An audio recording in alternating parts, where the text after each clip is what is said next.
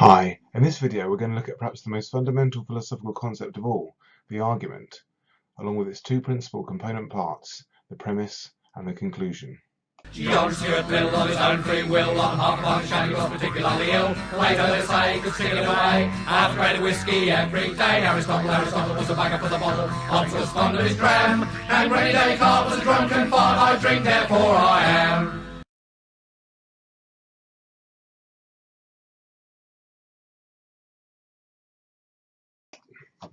Arguments are absolutely fundamental to philosophy. We can say with some justification that arguing is the method of philosophy. It's how to do philosophy. How do you do philosophy? Well, put forward some arguments, criticize some arguments, point out the strengths and weaknesses of arguments, formulate your own arguments. And on the A-level course, that's very true as well. We need to learn some of the arguments of the famous philosophers, be able to criticize them, and be able to formulate our own arguments, defend our point of view by arguing effectively, including, of course, in the exam.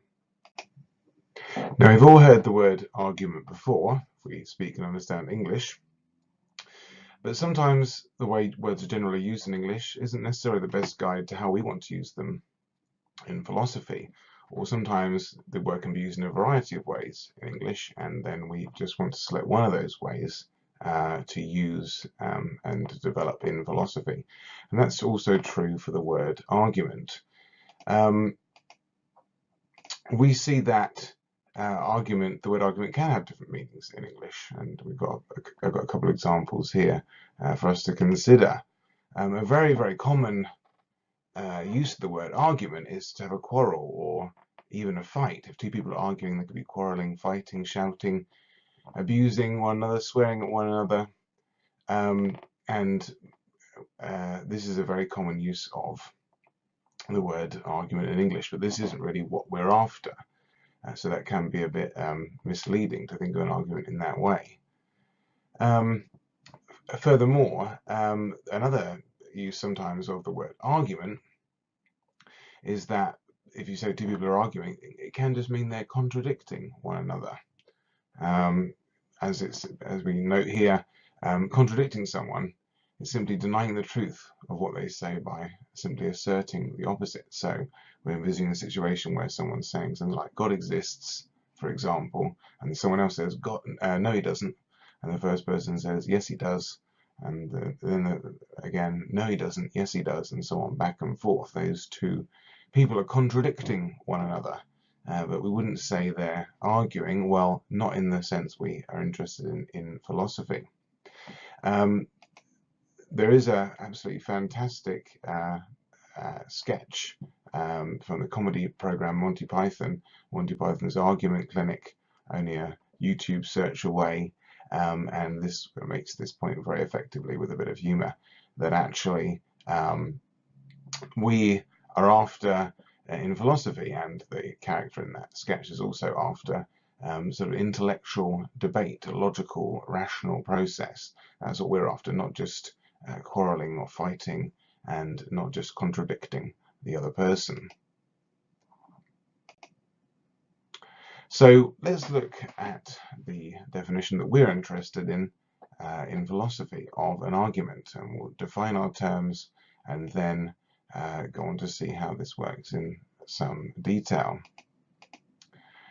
So here's a definition, one to learn. An argument, a set of propositions put forward to establish the truth of a further proposition. This is one of the reasons why this is the second video in the series. I did want to have the first one where we became sort of familiar with the concept of a proposition, because that's the more formal term. There are other terms we could use in that definition. We'll mention some of them in a minute, but ideally we might use the word proposition. So an argument, set of propositions, we'll see in a moment that set has to have a minimum of one member, at least one proposition, and that's put forward to establish the truth of a further proposition. The set of propositions and the further proposition these have names. One of the names I'm sure is familiar to everybody, and the other one is sometimes new to students of philosophy.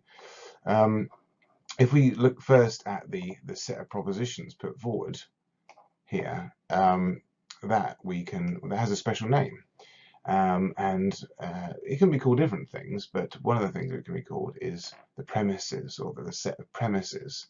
If each member of that set would be a premise, the singular, and then together the premises. And so that's just the name for that set of propositions put forward. So formally, the definition there, the set of propositions put forward to establish the truth of a further proposition in the context of an argument, as we have here. And then we also have a special name for the further proposition as well. As I was saying, this one I'm sure will be familiar to general speakers of English. A conclusion, the further proposition. So the conclusion of your argument, that's what you're trying to establish. That's what you want to prove or establish the truth of. And to do that, you put forward some propositions, some reasons. We'll see that's another word for these, or premises, to prove your point and to back up your case, to establish your conclusion. On the A-level syllabus in particular, and in general, reading various textbooks and sources, you find different words used for these terms. So it is useful to sort of note some of these, and at least according to the A-level philosophy syllabus, it's required that we become familiar with the other names that you can have for these things. The first point to note then is that we use the word premises there for this set of propositions we're using to prove or to establish the truth of our conclusion. But they can also be called the reasons. And as it notes there, yeah, so the reasons, and each member, each proposition then in that set would be a reason. So you get the first reason, the second reason, and so on. Just like we can have, the first premise and second premise in our set of premises. Also, we've used the word proposition here as sort of the units of the argument, set of propositions put forward to establish a further proposition. But you quite often find other words used in place of proposition, depending on the source that you're consulting.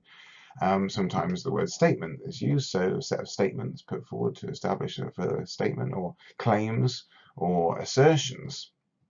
These can all be used instead of the word proposition, and informally at least they all mean the same thing. So unless we're really being so very formal and careful, to be honest, we might wish to be quite formal and careful in certain contexts in philosophy, but sort of generally these are almost interchangeable terms.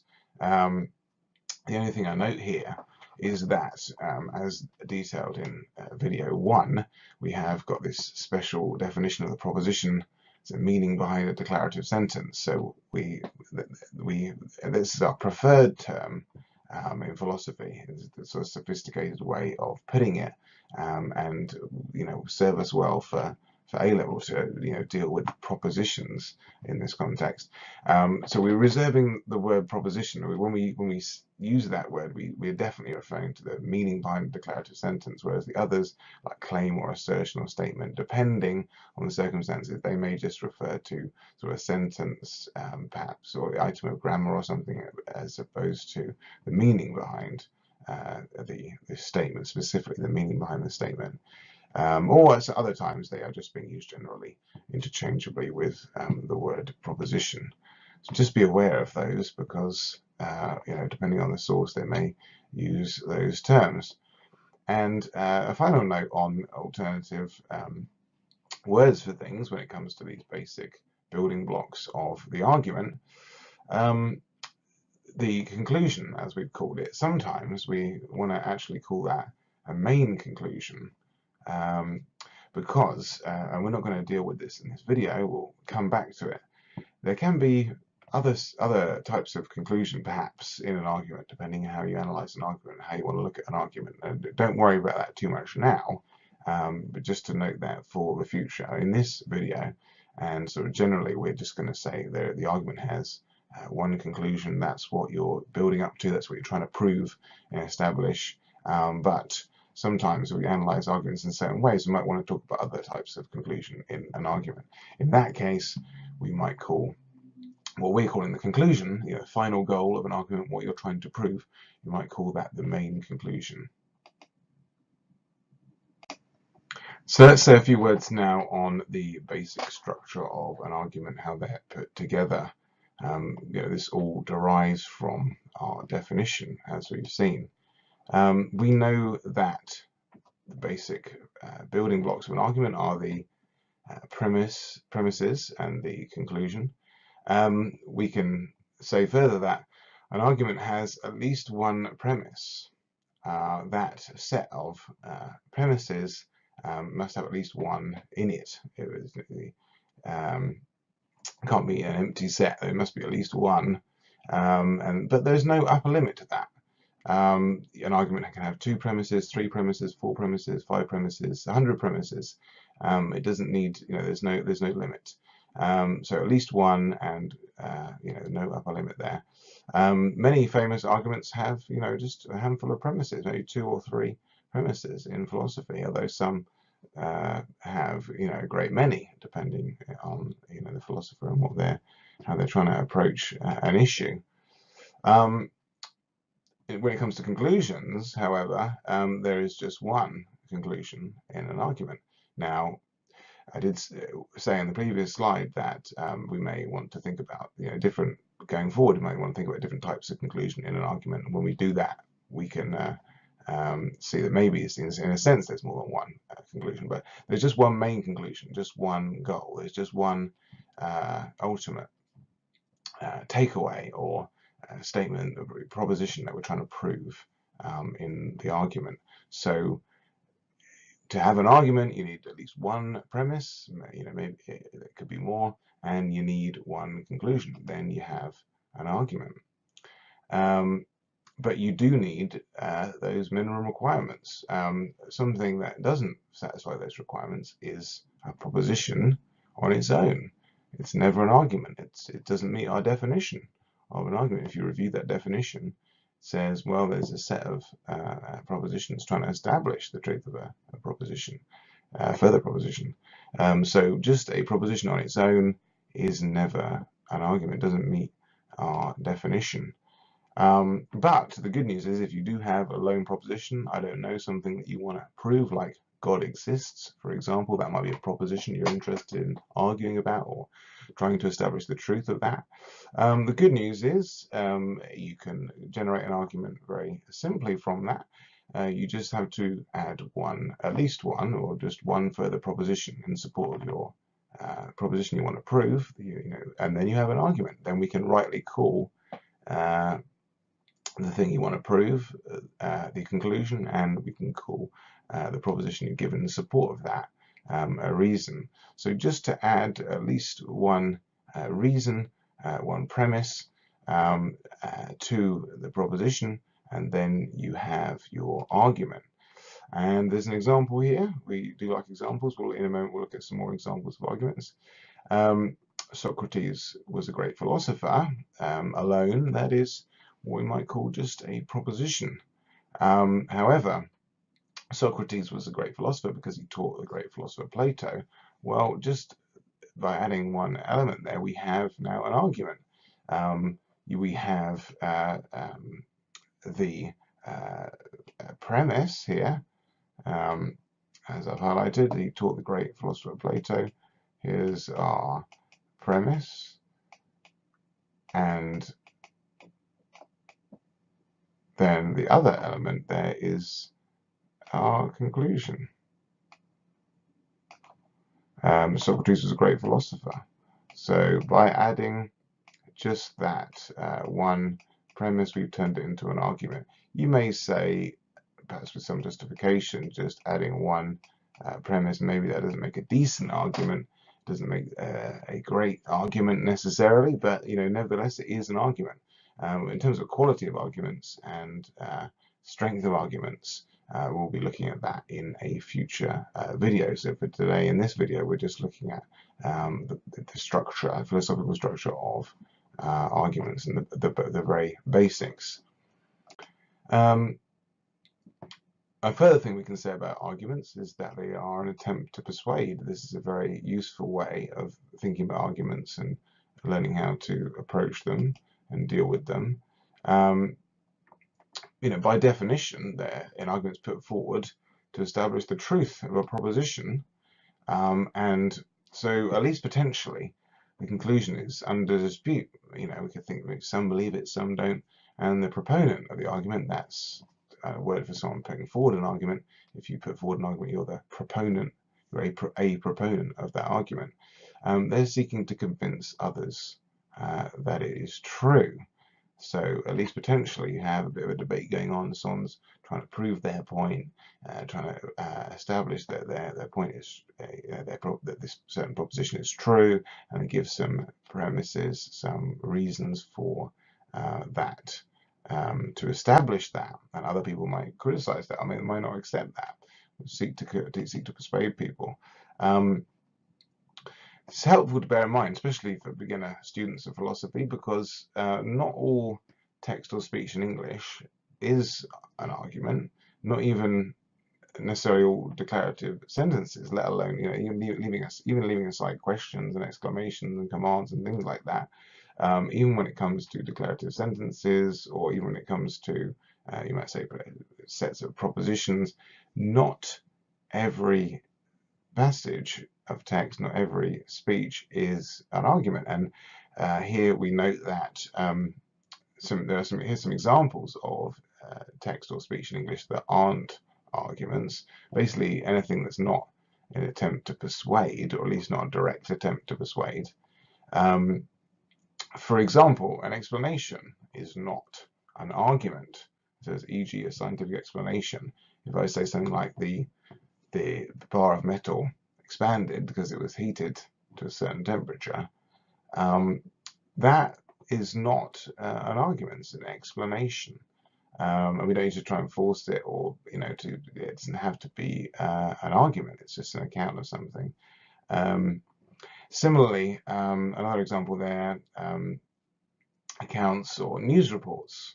If we say something like, the fire started at 8 o'clock, it spread throughout the building, and the building was destroyed by 9 o'clock. And then only then did the fire brigade turn up. Again, that's not an argument. It's just an account of something that's happened. It's a series of propositions just sort of outlining something that's happened. It's not an attempt to persuade, not sort of, we're not envisaging a debate about that. Of course, you could debate elements of that. You could say something like, well, did the fire crew really arrive then, and so on, and you could have an argument about that, but not that then would lead to sort of arguments being put forward, for and against, and so on, as to whether they did. But just as in itself, what we had there, that fire report would just be an account of something and not an argument. So just be aware that not everything is an argument, and when you're trying to construct an argument, you need to think, oh, it's persuasive, it must follow the structure of having a conclusion, something we're trying to prove and establish, to show the truth of, and then we need some premises to back that up. We've looked at a brief example of an argument, but let's look at some more. We can always look at some more. An example of a very simple argument that has one conclusion and one premise. The world is clearly designed, so God exists. This is the kind of argument you will encounter in philosophy of religion, A-level philosophy, although perhaps a bit more detail. In this case, what I'm underlining here first is the conclusion. I'll just put C this time. It's not very easy to write with this mouse. And then here we have, of course, the supporting premise, which adds some weight to that. You may rightly say this is a bit weak, it's not very well supported. Nevertheless, it is an argument, it meets our definition. It's a good example of a simple argument. The person, you can imagine someone trying to prove or establish, convince people that God exists. That's their proposition they want to establish the truth of, and they give a premise to back that up, to try and establish that truth, to persuade people to believe that, well, the world is clearly designed. And in outline, at least, that is a very famous argument, isn't it, in in the philosophy of religion, the design argument. Here's another example. Again, in this one, you have just one premise and one conclusion. The conclusion being London is the greatest city in the UK, and highlight that there. And then we're backing that up. We're trying to prove that. We're seeking to establish that with London is the largest city in the UK as our premise. So the whole argument being London is the largest city in the UK, therefore London is the greatest city in the UK. Again, you may not necessarily be convinced by this, it may not be strong, but it is an argument, at least according to our definitions. Finally, here's one with two premises, we might say, two premises to back up the conclusion. Socrates is a man, all men are mortal. Those are our two premises, and then the conclusion, so Socrates is immortal.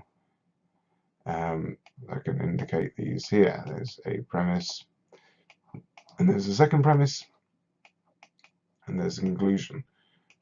In these examples, the conclusion is actually at the end of the argument as it's written, but the conclusion doesn't have to come at the end of a text or speech to be a conclusion. That's not part of the definition of an argument. You could begin with a conclusion. I could say, God exists because the world is clearly designed and because the Bible is accurate, an accurate account. And there I would have started with my conclusion to begin with. God exists. And then I went on to give some premises to back that up. And you can even have conclusions sometimes in the middle of text. It's a good style to put conclusions at the end. I'll say a few more words on that in a moment. But it's not necessary. It doesn't invalidate it as being an argument or something like that if the conclusion is in a different position in the text or the speech. Talking about ordering and noting down arguments, this is something useful, including for A-level philosophy, if you're thinking about exams and so on, is to become familiar with and just realize that there's some notation associated with arguments. There's different ways. There are different forms of notation, and I wouldn't say there's necessarily one sort of absolute leading one to the exclusion of all others. In particular, for example, the two textbooks, the Cardinal textbook and the Lacewing textbook for this A-level philosophy syllabus, they use slightly different forms of notation. But you could use these in an exam or writing an answer, and the exam board's made it clear that they will accept arguments formatted like this. So, for example, here's a first example, and one I quite like, that I'm comfortable with. I would like to use. We have here P1, Socrates is a man, premise 1, P2, all men are mortal, and then C, so Socrates is mortal. So in this notation, we have sort of P1, P2, P3, etc. As how many premises we have, and just the conclusion at the end. We can list as many premises as we need, and each item, the premises, and the conclusion on separate lines like that. Just leading up to this one conclusion, there's quite a nice, neat notation. This is another example. The Cardinal book seems to sometimes use this notation, just simply numbering the premises and the conclusion. 1, Socrates is a man. 2, all men are mortal. 3, so all men are mortal. That wouldn't necessarily be a very good argument, would it? Because we don't have Socrates in the conclusion. But nevertheless, just the point being, sort of labeling the premises and the conclusion with numbers here, just as many numbers as you need to number them all. There's even other notation out there. In the Lacewing textbook, for example, you find sort of multiple conclusions listed in the notation. So you might have P for a premise, and then a conclusion might appear halfway through, and then a conclusion at the end. And this is Lacewing's way of indicating what we might call sub-conclusions or intermediate conclusions. We're not dealing with them at the moment. But even taking into account that idea of sub-conclusions, personally I would prefer the first one here, where you're indicating the final conclusion. with a C and everything else with premises like this. All of these that I've discussed here, including the ones in the textbook, are acceptable forms of notation. You could use them in an exam. You don't have to write in continuous prose throughout the exam. It's normally expected to do continuous prose, i.e. full sentences, one running on from the other. But the exception in the exam is you can write arguments like this with the notation sort of one point after the other. It's a very clear way of looking at an argument, and to list the conclusion at the end is also very clear and sort of shows what your argument is leading up to. A further concept for us today is that of the argument indicator, and this is is useful, especially for beginner students in philosophy or for people getting used to writing about and thinking about philosophy. What is an argument indicator then? Well, an argument indicator is a word or a short phrase that indicates the presence of a particular feature of an argument in the text or the speech. So it sort of this indicator sort of says, hi, this is a here you can find a premise, or here you can find a conclusion. That's sort of what it's indicating, that this is it's here's a premise, here's a conclusion in the argument. There are further types beyond premise indicators and conclusion indicators. You can find indicators for other things, and we'll perhaps mention them in future videos when we deal with other features of arguments. But today let's just look at premise indicators and conclusion indicators, because that's what we're dealing with, just the basic building blocks of arguments. So some examples of premise indicators include because, as, since, and given that. So if you see these words in an argument, it very often indicates that here we have a premise, or the arguer is about to give you a premise, because ... after that ... after because. So if we substitute a phrase in there or a sentence, that's probably going to be a premise in the argument. And I've indicated here that this is an open-ended list. There are more that you could give. These four aren't the only ones, but we could go on quite a while. But they're just some useful ones. And you also have conclusion indicators, such as thus, so, and in conclusion. And I haven't listed there. Perhaps the most famous one of all, of course, which is therefore. Therefore, and then you write your conclusion. And if you see therefore in a argument, then very often you're looking at the conclusion. It's indicating the conclusion is there. And yes, we should try and use these in our own work. The examiner, or anyone marking or reviewing your work, is going to want to see a clear argument if you're putting forward your own argument, or even whether you're outlining or explaining the argument of another philosopher. And these can help clarify what you're saying. They help show where the premises are and where the conclusion is, and so how the argument is actually working, how it's put together. And that clarity, precision is very welcome. And so really try and make an effort to include as many of those as you can. And here's some examples to discuss this. Here's an example argument. As it results in the extinction of species, and as it adds to the levels of CO2 in the atmosphere, the destruction of the rainforest is an environmental disaster. So here we have two premise indicators, the as here, and it's the same indicator, but it occurs again a second indicator. It's the same word, but it's there are two premise indicators in how this argument is written. And they show that we have two premises there, so they occur before two premises in the argument. So as, and then here's a premise, the extinction of species is the result of this destruction of the rainforest. And again, after the other as, we have another premise. It adds the levels of CO2 in the atmosphere. Again, we're talking about the destruction of the rainforest. So we've sort of queued up, or we've indicated, flagged up that we have our two premises here, which then lead to our conclusion, of course, which is the destruction of the rainforest is an environmental disaster. And to look at another example, to read this verse, we don't have much money, beans on toast is cheap, therefore we should have beans on toast for dinner tonight. And here we have a very famous and widely used conclusion indicator, a special word, and it really flags up that, oh, here comes the conclusion now, therefore. And so this then helps us appreciate the structure of this argument. We can see clearly that this is the conclusion. We should have beans and toast for dinner tonight. And then, of course, we have our other two premises which are supporting that. We don't have much money, and beans on toast is cheap, being our two premises going forward to support our conclusion that we should have beans and toast for dinner tonight. So that is it for this video.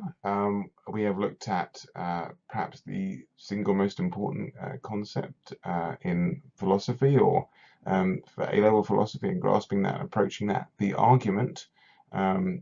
So much of what we look at in philosophy is about arguments, criticizing them, and so on. And its two principal component parts, the premise and the conclusion. I hope you enjoyed that and learned something. Any questions about it, do leave a comment, or any sort of queries or opinions, do put a comment below. And for more A-level philosophy videos, make sure to follow the channel by hitting subscribe. John Stuart Mill on his own free will, on half-pint shandy was particularly ill. Later they say could sing it away, half a grade of whiskey every day. Aristotle was a bagger for the bottle, Hobbes was fond of his dram, and Rennie Descartes was a drunken fart. I drink, therefore I am.